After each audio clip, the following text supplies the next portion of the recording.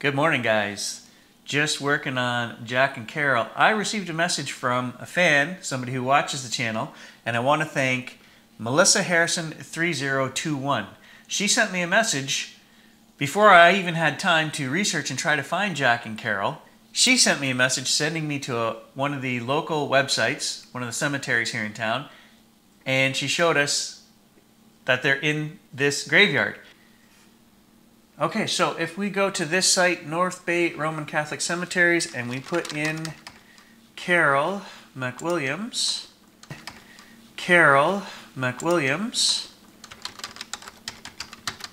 and we do a search.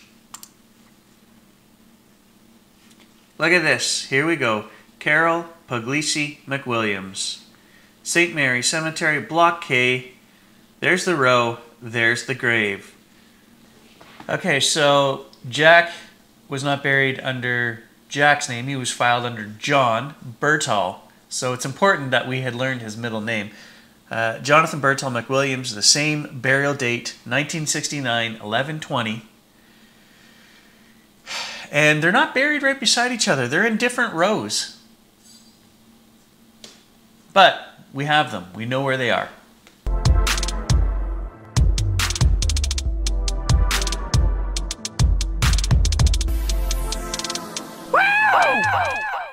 I have found 3 clippings that Carol Ann's family put in the local paper, and I just want to take a moment to read these as a matter of respect to the spirits, for doing this case. Let's just take a look at what her family wrote. In memoriam, McWilliams, Carol Ann Puglisi, in loving memory of Karki, who left us suddenly on November 17th, 1969. 2 sad and lonely years have passed since our great sorrow fell. The shock that we received that day, no one can ever tell. God gave us the strength to meet it and courage to face the blow. But what it meant to lose you, Karki, no one will ever know. It's lonely here without you. We miss you more each day, for life is not the same to us since you were called away.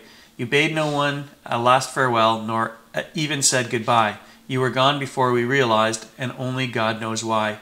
Too dearly loved to ever be forgotten, Mom, Dad, sister, brother, and daughter, Tracy. I'm also going over some of the sessions we did before, and I'm interested in getting more information if I can hear voices about where these coins are buried.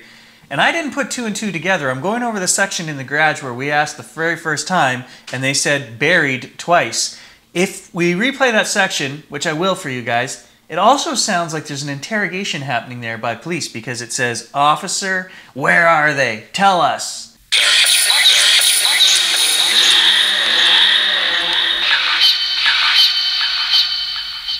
I also want to ask the spirits to get some clarification. That night on the bridge, we received a message which said, "The tip, fix it, fix it. Carol will help." I'm going to have to ask them, how is Carol going to help me? I need clarification on that. A tip.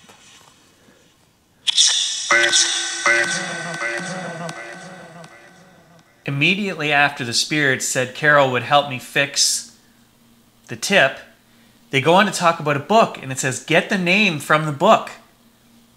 I don't know what they're talking about. Am I looking for the tipster? Was the name of the person who called in the tip written down in police files somewhere? I don't have access to any police files right now. Am I supposed to be able to get those somewhere?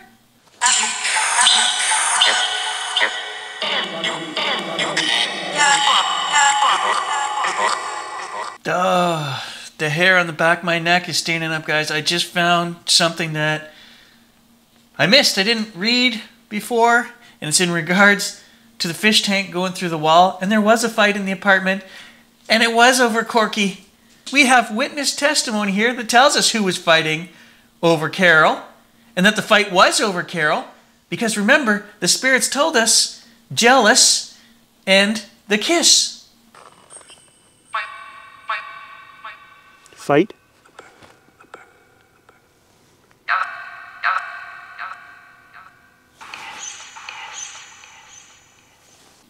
So I'm looking up Gerry Roy. I'm trying to get more information on Gerry Roy and his part in all of this, what happened to Gerry, why he didn't have to fight for his freedom in a trial because he was with these guys. He left the party with these guys. The other three were accused of murder. He wasn't. I don't know, but take a look at this article. I'm going to show you two things, okay? We're going to reestablish here that Gerry brought the guns to the party. So what happened to the guns? I would assume if a guy brings the guns to the party, those are his guns, he's going to leave with those guns. We're going to try to track that down, but also, here's the new information I found about that fight at the apartment. So they're talking to another witness from the party, and Crown Counsel Greenwood asked him if he had noticed any unusual activity in the living room while he was under the influence of the drug. Remember, they had all taken acid. Here was his statement. Gerry Roy came into the party and he had a brown paper bag with him. I thought it was beer. When they came out of the kitchen, they had two guns with them, one silver, the other black. I think that Don Kelly took a shot at a vase. So did Gerry Roy and Jimmy Lavin. At one point in his testimony, Rose told that the wall in the living room at 1159 Castle Street had been repaired as recently as November 16th, 3 days prior to the shootings. Gerry Roy and Dennis Lemieux had got into a fight over Corky. After that fight, Lemieux got mad and threw a fish tank through the wall. So again, this is filling in information that we got from the spirit box saying that there was a fight in the apartment, that there was jealousy, and it was over a kiss. Look, I don't want to make light of the fact that Jack and Carol were both shot in the head from close range, okay? But I want to bring up an interesting point, that back in 1969, they didn't have the graphic television, okay, that seems to me very real. A lot of these shows, right? We've seen things in my lifetime that these guys would never have seen. I think of Pulp Fiction, for example, when the guy accidentally gets shot in the back of the car. They don't intend to shoot the guy in this car. If you haven't seen Pulp Fiction, it's very gruesome. It's disgusting, okay? There's a whole half-hour scene there in which they've got to clean up this car. Guy turns around to say something, he's got a gun in his hand, and he accidentally hits a bump, pulls the trigger, and shoots the guy, and I mean everything in that car is covered in blood, and pieces of brain matter, and whatever. And I would assume that that would be pretty darn, could be very realistic, right?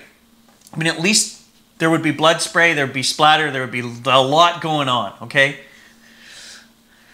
And what she's saying here, Pat Fregamini, let's take a look at this. She says, when we got into the house, one of us sat on the lazy boy, the other on the Chesterfield. Then he, Kelly, told me that it was Khaki, Corky, and Jack he had killed. And I saw that there was blood on his dress shirt. After that, I saw them go into the walls and get the bullets out.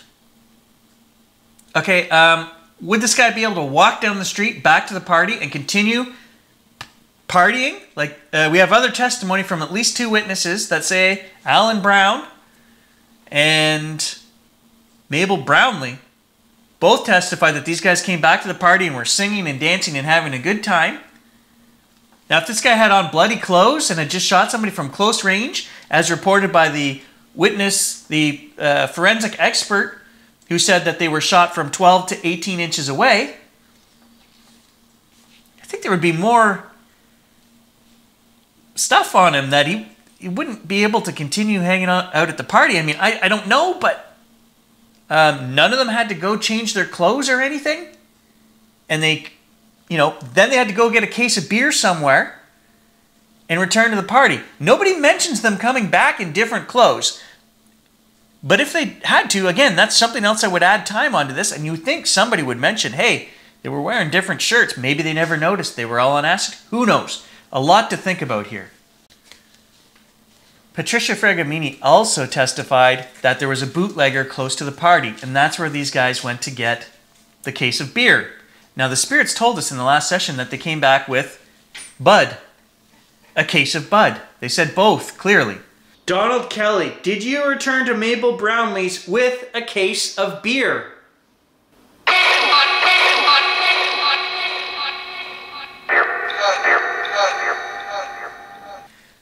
So why was this bootlegger never brought in to testify? Why did the bootlegger never say, yes, I saw these guys, no, I didn't? Because that could put them in a location where we would know where they were at a certain time. If these two guys, Ian Rose and James Lavin, could be found not guilty, and they were there, and all of the exact same things should apply to them, that applied to Donald Kelly because they were there, they hung out, they left together, they came back together.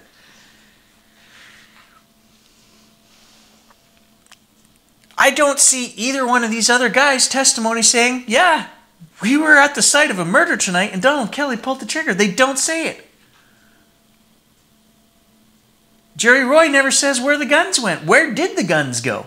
So we also have testimony here from Patricia stating what the guys told her when they got back to the apartment, that what Carol had begged and pleaded on the bridge, what she had promised to do for these guys if they spared her life. This was testified in court. I'm not going to say what it was, but we will ask the spirits that question. Here's the testimony of another guy that was at the party, Gary Adams. He's the one who rented the car with the fake ID for these guys, okay? Now he testifies that he had gone to the party with Harold Doucette, but that he did not remember Carol McWilliams being there when he got there. He said that she came later with Gerry Roy. So she came to the party with Gerry, but she didn't leave with Gerry. She left on her own a couple hours later. Is that important? I don't know. I'm just going to throw a few facts that we find. Oh, I say facts, but these aren't facts. This is testimony from these guys, and every one of them seems to lie at some point or another. But this is what's being reported. This is what was testified by Gary Adams. She came to the party with Gerry. She didn't leave with Gerry. Okay, so now we're getting to the root of the jealousy and the kiss. Okay? It doesn't have anything to do with Gerry Roy and Doucette, who, this is what Ian Rose said in the testimony earlier. There's a waiter that came forward and said there was a fight in the parking lot of the hotel that they all frequented. And who was fighting? Jack McWilliams and Gerry Roy. John Clements, a waiter at the Continental Hotel at the time of the murders, said Lavin Kelly and Jack McWilliams had been spectators at a fight in the parking lot of a hotel one afternoon in July or August of 1969. Mr. Clements said that McWilliams went for Lavin after the altercation, but he was able to calm things down between the two men. Afterwards, Mr. Lavin apparently told Mr. Clements, "Sometime I'll knock him out," slapping one fist against the palm of the other hand. Under cross-examination, Mr. Clements said he did not consider Lavin's statement a threat to McWilliams. In following weeks, Lavin and McWilliams would be in the hotel at the same time, but they never exchanged words again, he testified. Here's the part that's interesting. He agreed with the suggestion that a feud may have been in progress between McWilliams and Roy over Mrs. McWilliams. Roy and she had been going together while she continued to live in a common-law relationship with her brother-in-law.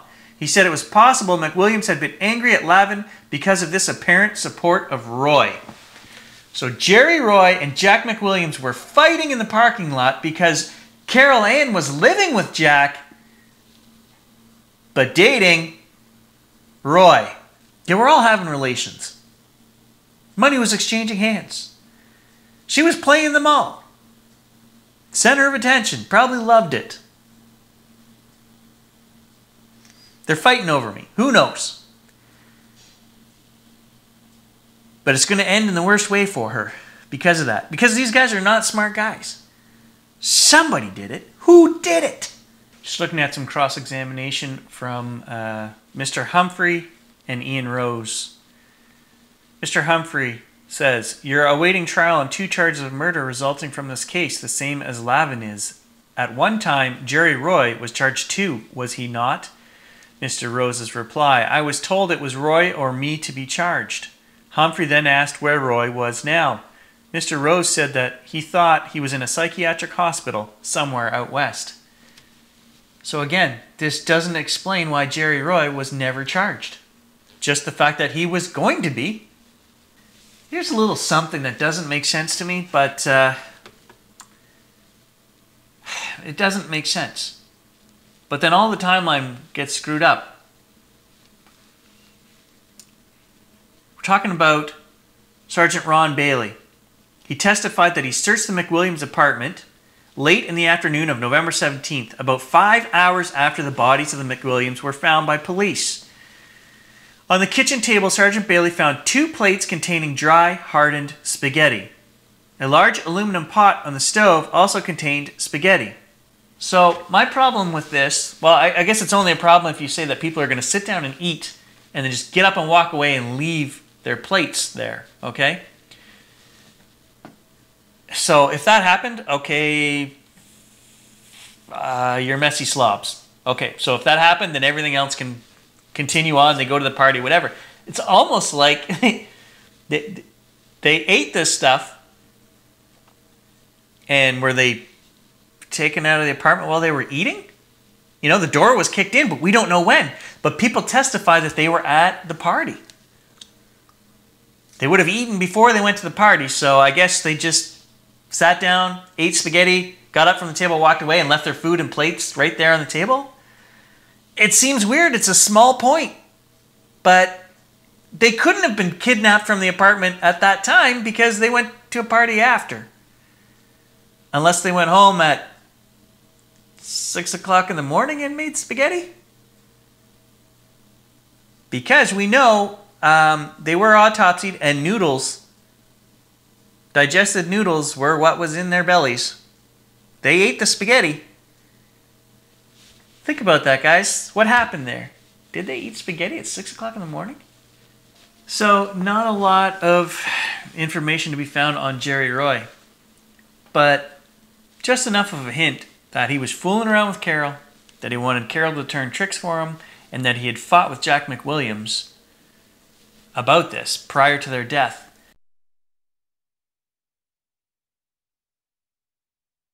There's so much lying. There's so much contradictory evidence and reporting and testimony that I can't make heads or tails of any of it. Alright guys, a little mood lighting here. I'm not going to bother turning the lights up. You don't need to see me, you guys need to hear me. It is time to do the spirit box session portion of this video. Now, what I want to say is, I think I'm pretty much at the end of my patience with this whole endeavor. I've done what I can do. I'm confused what the spirits are trying to get me to find.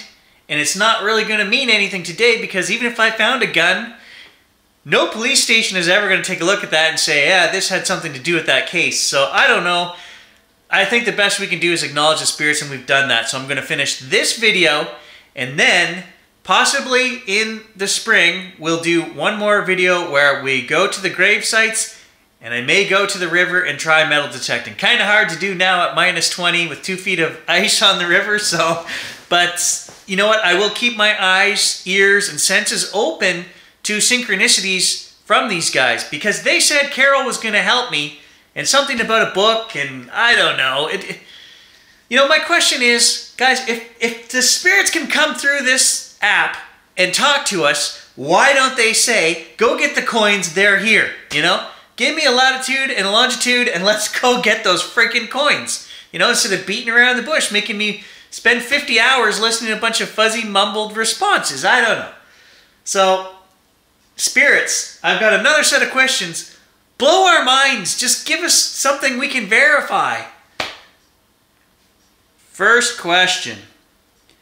Did Gerry Roy call in the tip about your bodies? Yes or no?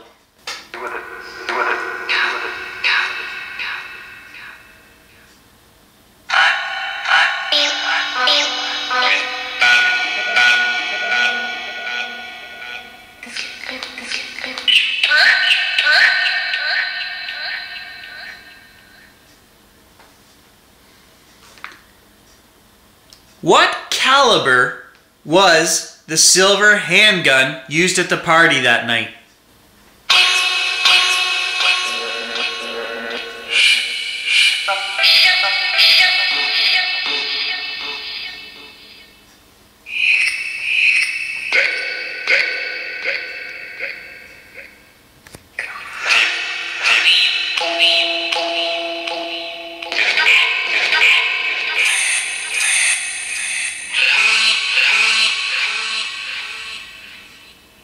If I'd heard it say believe. Yeah, I want to believe. Give me some answers, some physical proof to go with this communication. What caliber was the black handgun used at the party that night?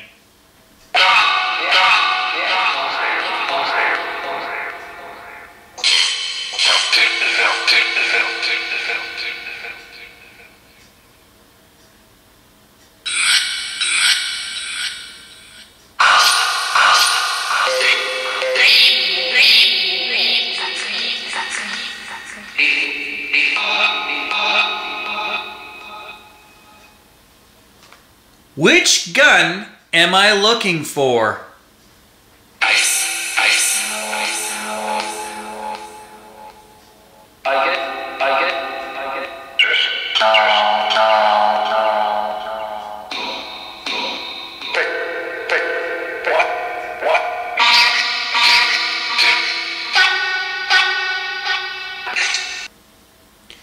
I'm going to take a minute, guys, and I'm going to visualize, as soon as I said that, down the back of my neck, visualize Carol and send out and reach out to her mentally, spiritually, and connect to her, because before they said, use me as a tool. Okay, so go ahead, Carol, because the next question is for you. I want to connect. I really want to connect with you because you're supposed to help me. So the next question is, Carol, in regards to the tip, the Spirit said you would help me fix it. How are you going to help me?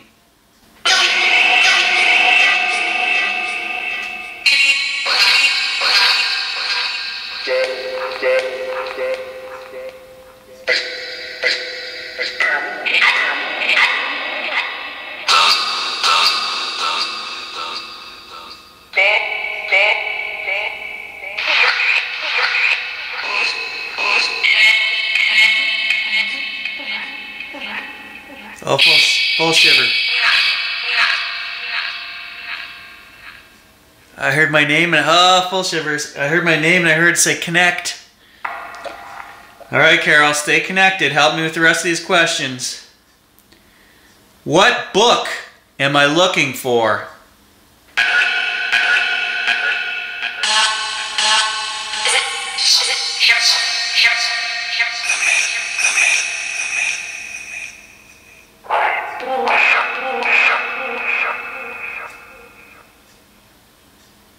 Is the name of the person who called in the tip in the book?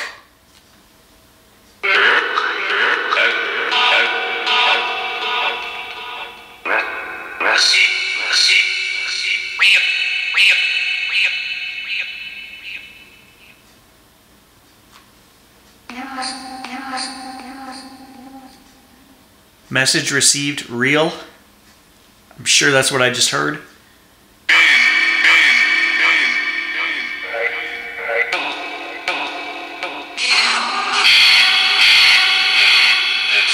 One at a time.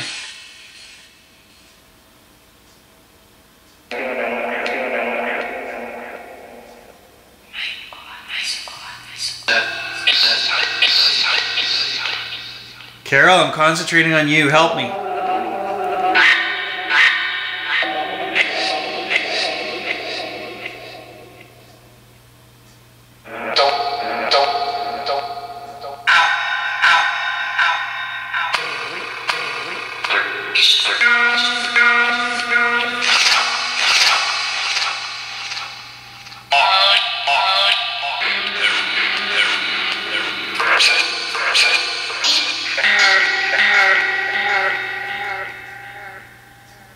It's only going to work, guys, if you don't talk over each other, because it's so hard to understand. Was Gerry Roy in love with you, Carol?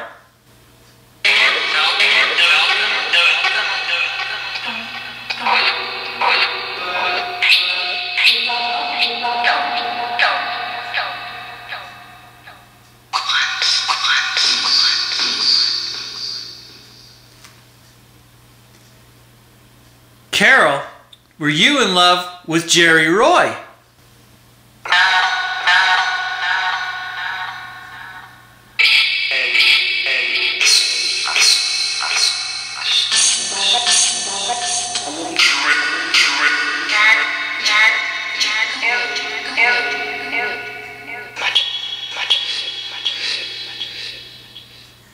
All right, this is a difficult one to ask, but can you tell us, Carol, when you were begging and pleading on the bridge that night, what did you promise those guys?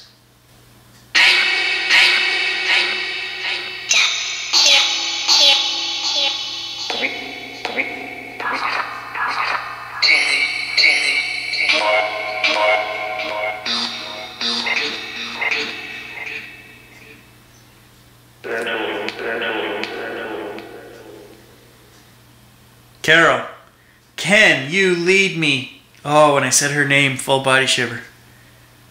Can you lead me to any physical evidence or paperwork or the book?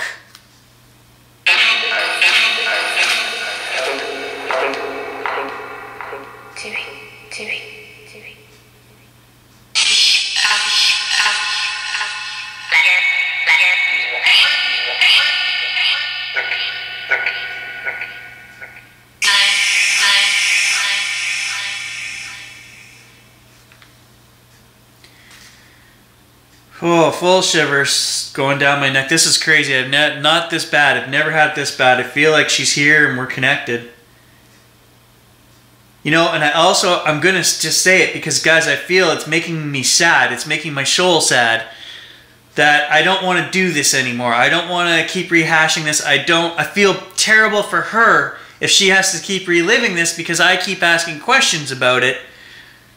And I think it's time to just move on, unless there's something that you're trying to get me to find and that's going to change anything. If all my work is not going to change anything, then we have already acknowledged you guys in your story. And I think, you know, I really want love and light and peace for you guys to just move on and let it go.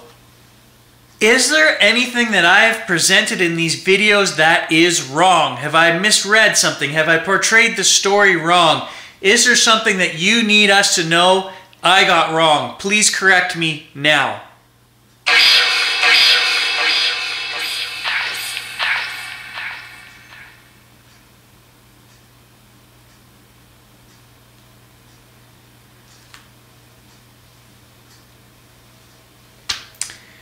That's it, guys. That's the questions that I have. So for now, unless they contact me again somehow, or I see a sign, or, you know, something, you know, sometimes you just,